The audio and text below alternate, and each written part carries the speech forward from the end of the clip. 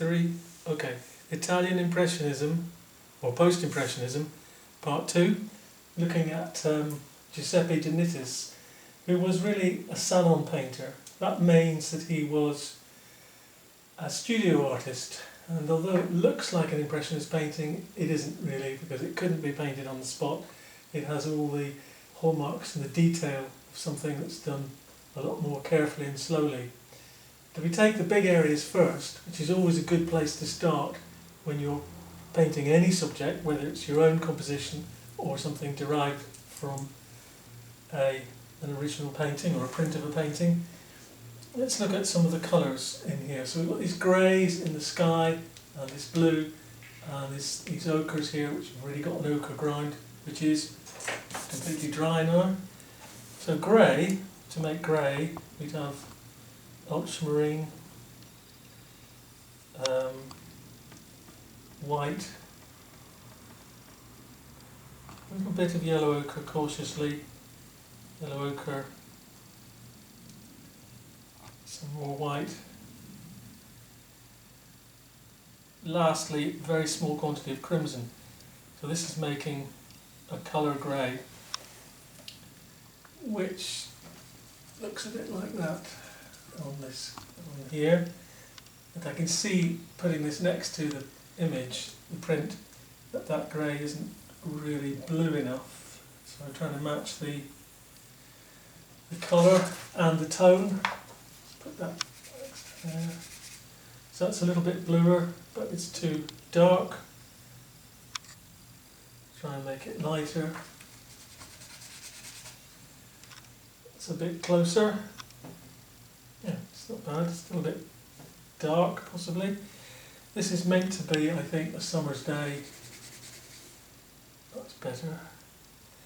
But it's also a thundery sort of summer's day. It's bluer. A bit lighter still.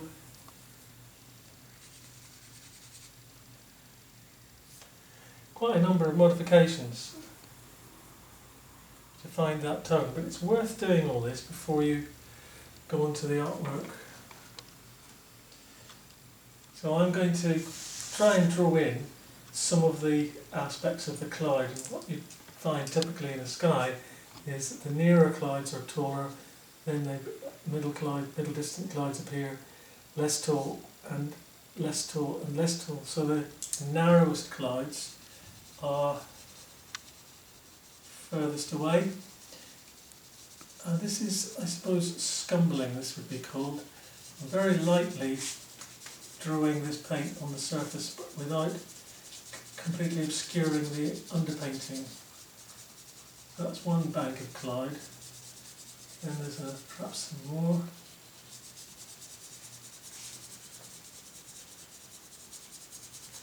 This sky is painted wet into wet, I think. So each area of the painting is painted in a slightly different way according to the element that's being painted. The sky is painted softly, wet into wet, by using an old technique called sfumato in oil paint. That means the smoky blending or blurring of oil paint wet into wet.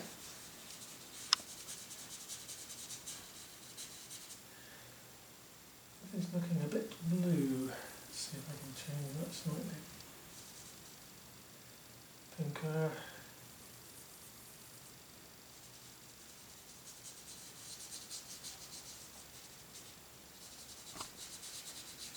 The grey isn't all the same colour. It looks a bit darker lower down in this image.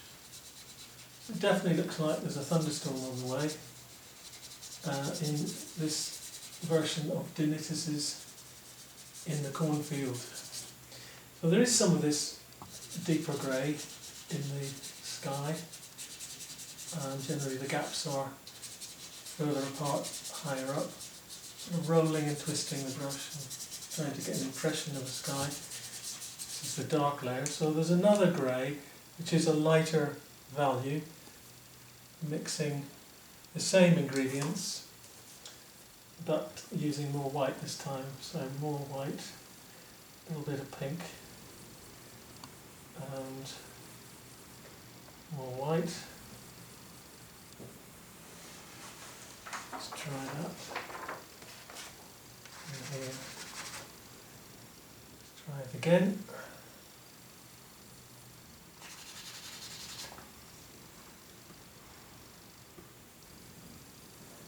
It takes time to find the colour, find the shade and the colour. Pink on the brush now.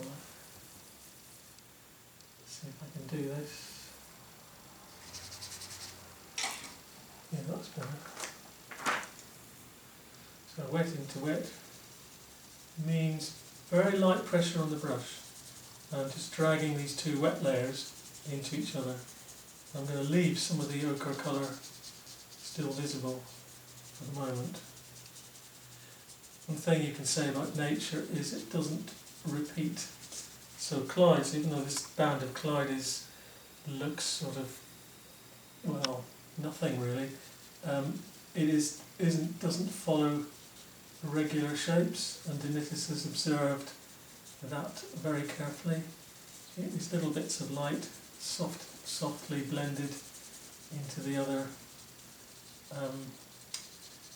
grey, the darker grey, and typically different brushes. That's another part of the discipline of this, that you use separate brushes.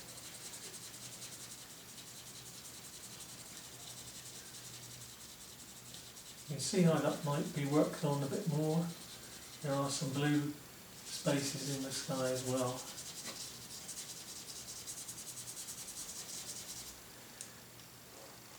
So there's another colour which is a pale blue, and if I match that,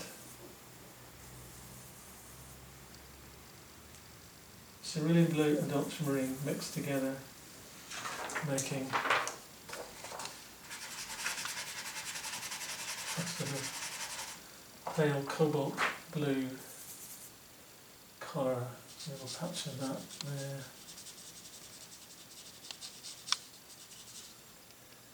More white, more opaque colour. So all the sky is painted in this way, I think, wet into wet. And if there are three colours, that would mean three brushes.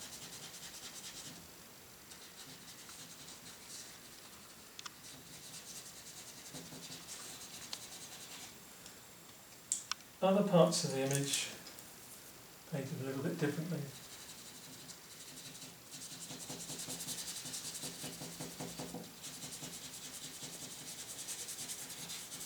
I suppose what makes this look like an Impressionist painting is that the areas of sky and landscape are painted very loosely, and you might think that's the same, or one might look at this and think, well, it's the same everywhere in this painting, it's all painted quite loosely.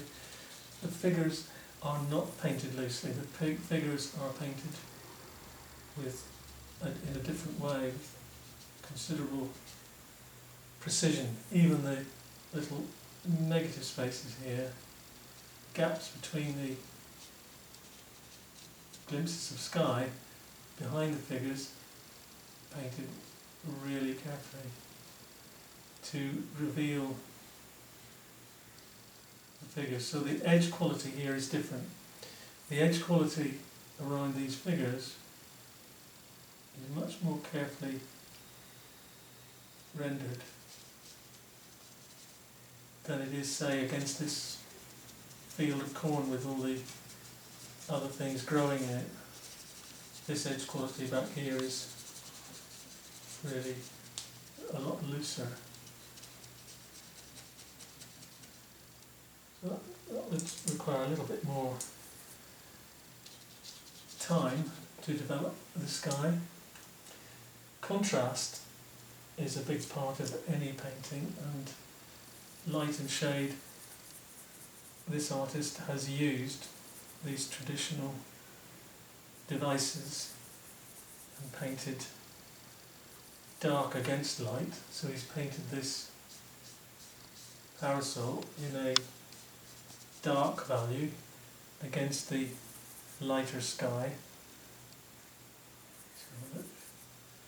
Okay, this is a mixture of ochre, ultramarine and crimson. And he's made the parasol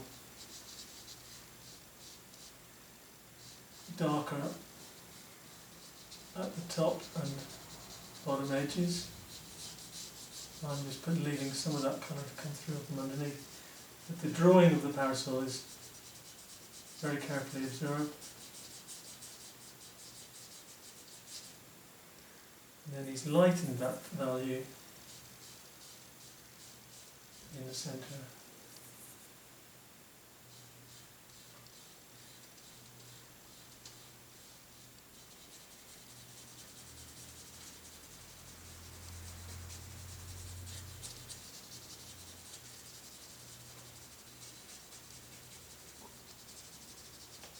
So if I build up layers on here, I'm going to try some ochre and white. See if that's enough of a mix. See if I can make that colour. It is something like that. But it's full of mark making, this area. First of all, a flat colour you put down, so as in most of the image, when you're starting to apply colour, put down some flat base, but I'm going to use this ochre layer that was there before.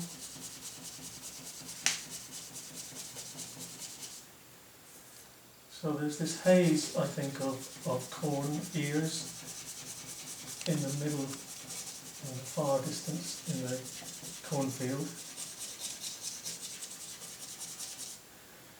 And lower down the cornfield is a darker ochre colour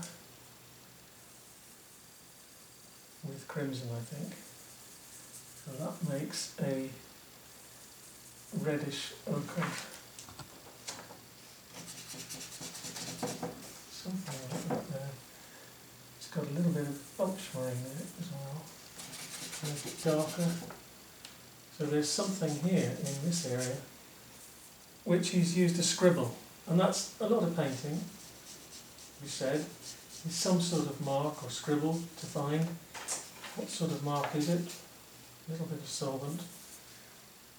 He's suggesting dried stems of wheat or corn with, I think, a use of wet on dry.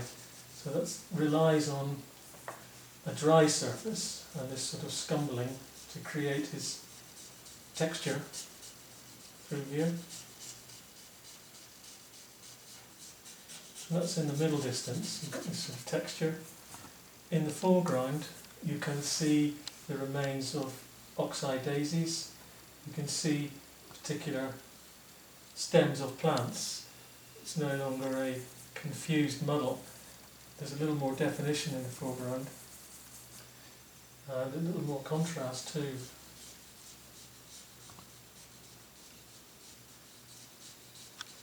And if your painting is in a landscape setting, then you will have these different zones of proximity. You'll have far, middle and near, and different ways of painting the descriptions in these areas, even if it's just something which is apparently simple, like a cornfield.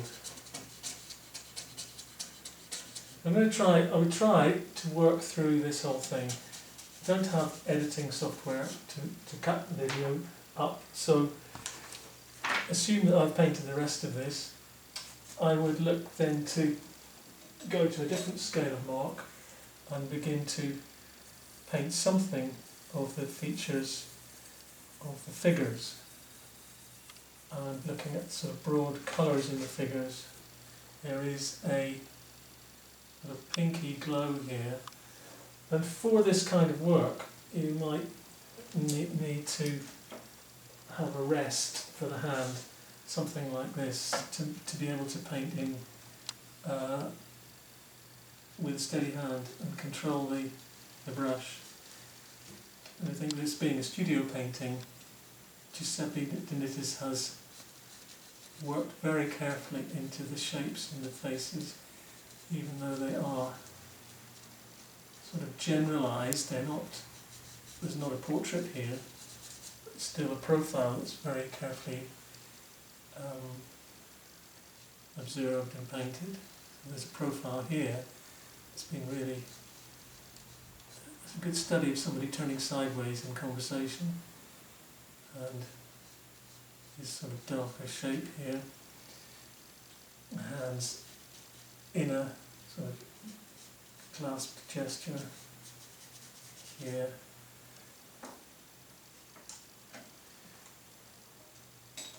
For this sort of work you would need a fairly good filbert brush. So there's a lovely blue on this blouse here. Lovely blue there. Let's see if I can get that right. It's not a bright blue, it's in shadow, so it's got to have a little bit of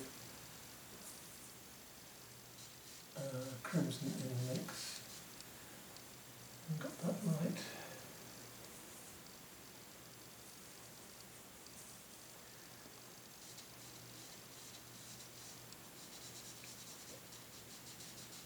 And that's very carefully put on too, drawn into the subject. That marks the transition of light and shade. So in this little area, he's got light and then dark and dark and then light again. Different brushes. This should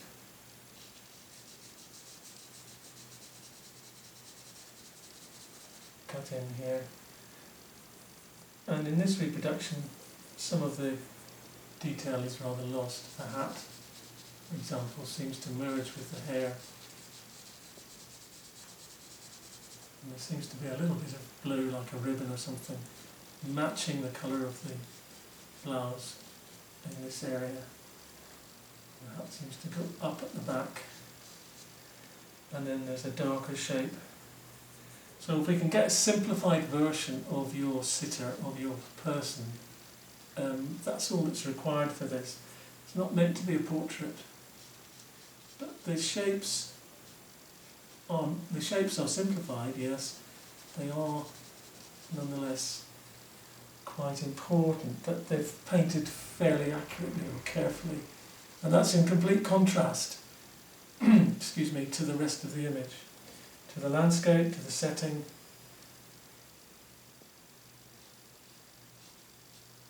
Even the detail of the neck choker, that's a little bit different.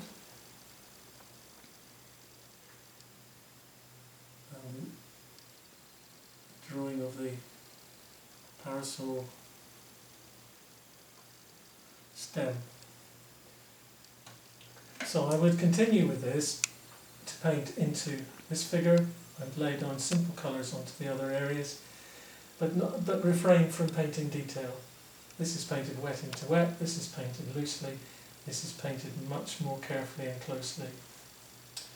I'll hope to continue in part 3.